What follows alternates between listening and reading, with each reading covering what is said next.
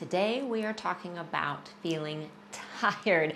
And if you're like me and most people I talk to, you might feel tired all the time. And I know that's something that's hard to get past, and it's something that can feel like it really limits you and holds you back from moving and working out and feeling healthy. So I want to talk about why you might feel tired and then the things we can do to really help with that. So there are 6 factors that we're going to discuss and touch on that could really be affecting your energy levels during the day and feeling tired. So one is your sleep. I know it seems simple. It isn't. So we'll talk about sleep, exercise, food, water, hormones, and stress. So 6 factors that could really be affecting your energy levels during the day. So first one is sleep, and I know it seems simple, but it isn't. If you've ever had a hard time sleeping, you know that's the case. So one thing that is really hitting me as a 43-year-old woman is that we live in a culture, especially in the US, of hustle, hustle, hustle, and those of us who don't get very much sleep are almost applauded. You feel like you should be working as much as you can, doing as much as you can all the time, and functioning on little sleep.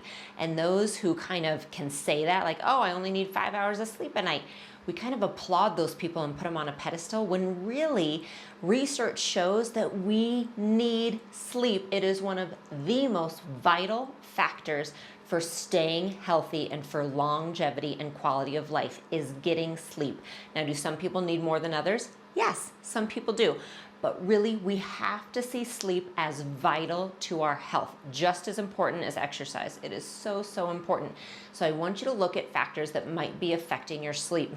Now, for me personally, March 2020 hit, and like many of you, life changed. I had 2 young kids suddenly at home all the time, and I also work for myself, and I work at home.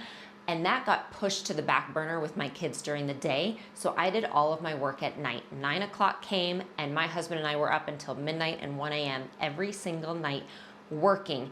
That took its toll, and it took a while for me to see that. I was just running on adrenaline all the time. I was up with the kids early, virtual school all day.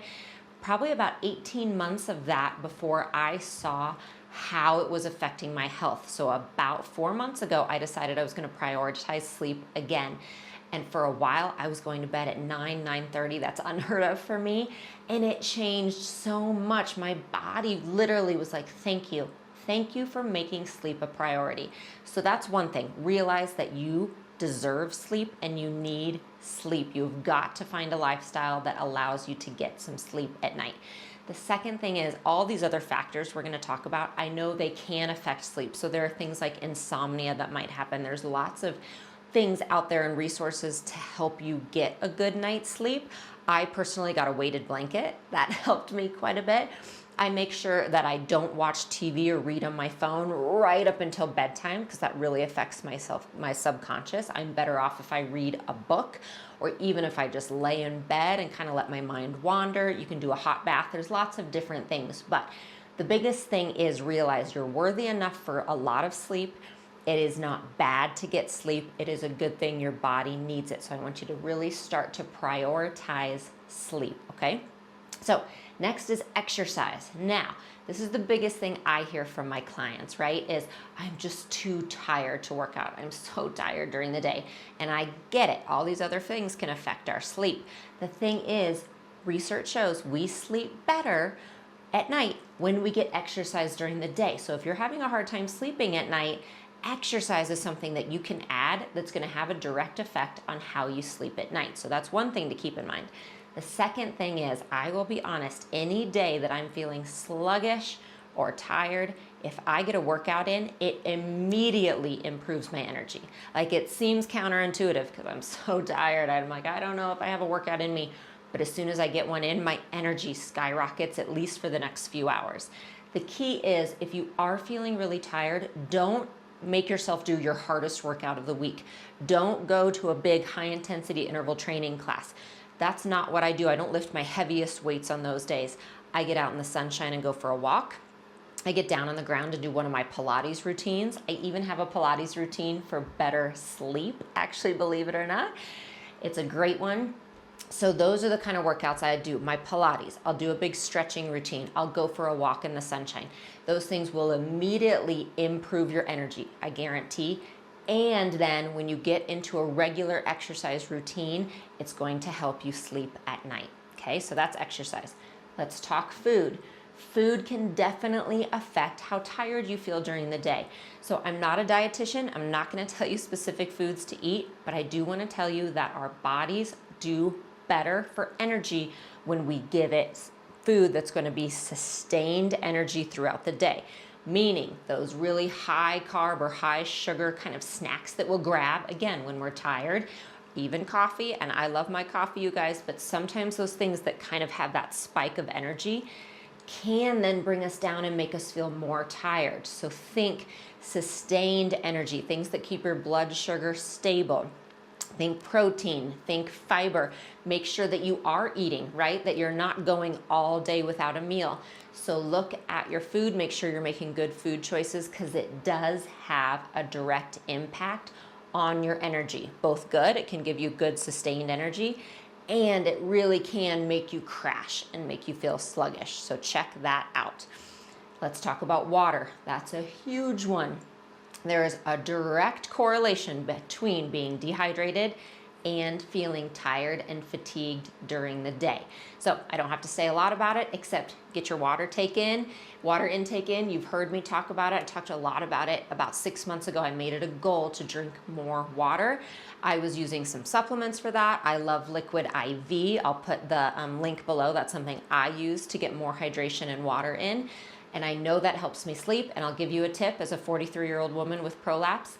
I need to decrease my water intake at least an hour before bed because otherwise I'll be peeing all night. So that's something to keep in mind. So make sure that you are front loading your water during the day, my women friends who are peeing a lot at night like me.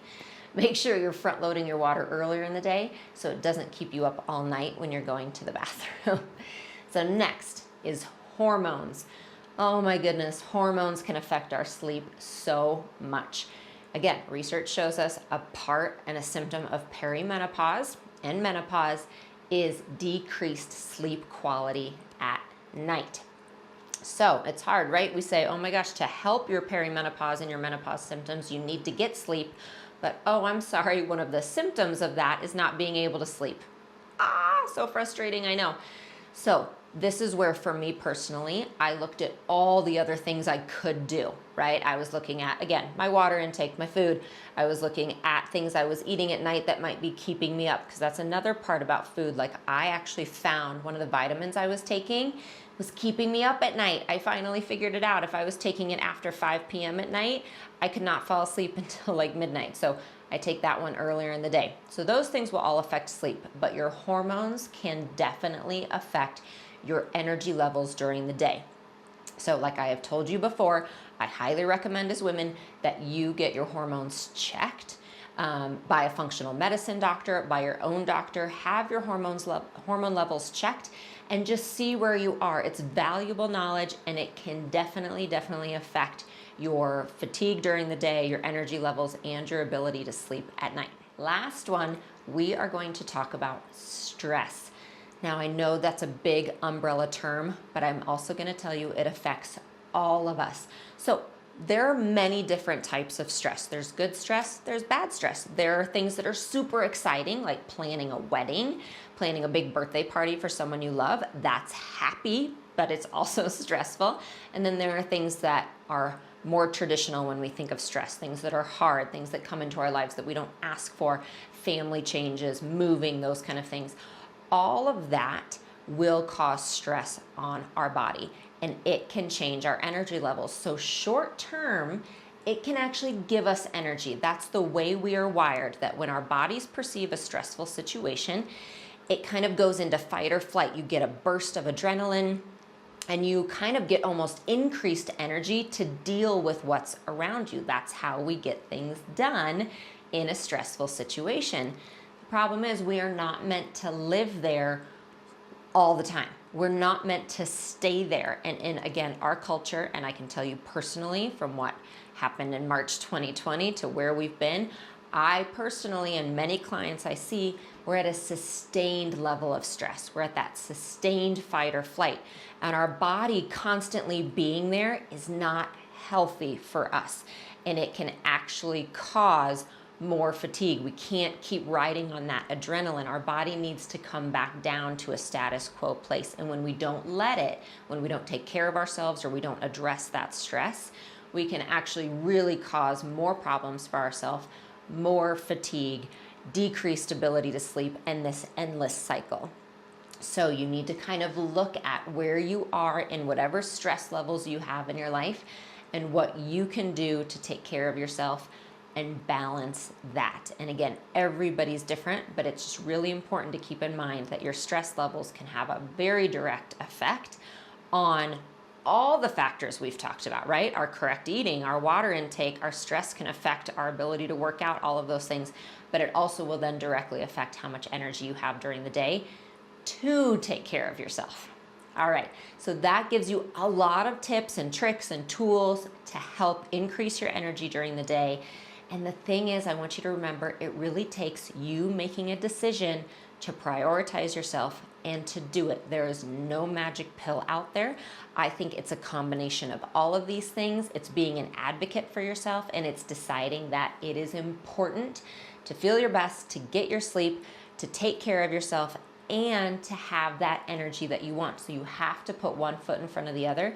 You have to make some changes possibly. If you are having a lot of problems and this seems sudden to you, go see your doctor, see if there's something else going on, but make sure that you don't just accept it, that you do some things to help change it and feel your best. I'll talk to you soon. Thanks so much for stopping by. Remember, subscribe to my channel and you'll be notified every time a new video comes up.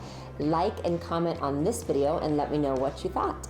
You can also always come over to jessicavalantpilates.com to find all the resources I have for living a healthy lifestyle, including full-length workout videos, healthy recipes, and a community I would love for you to be a part of. So I'll see you there.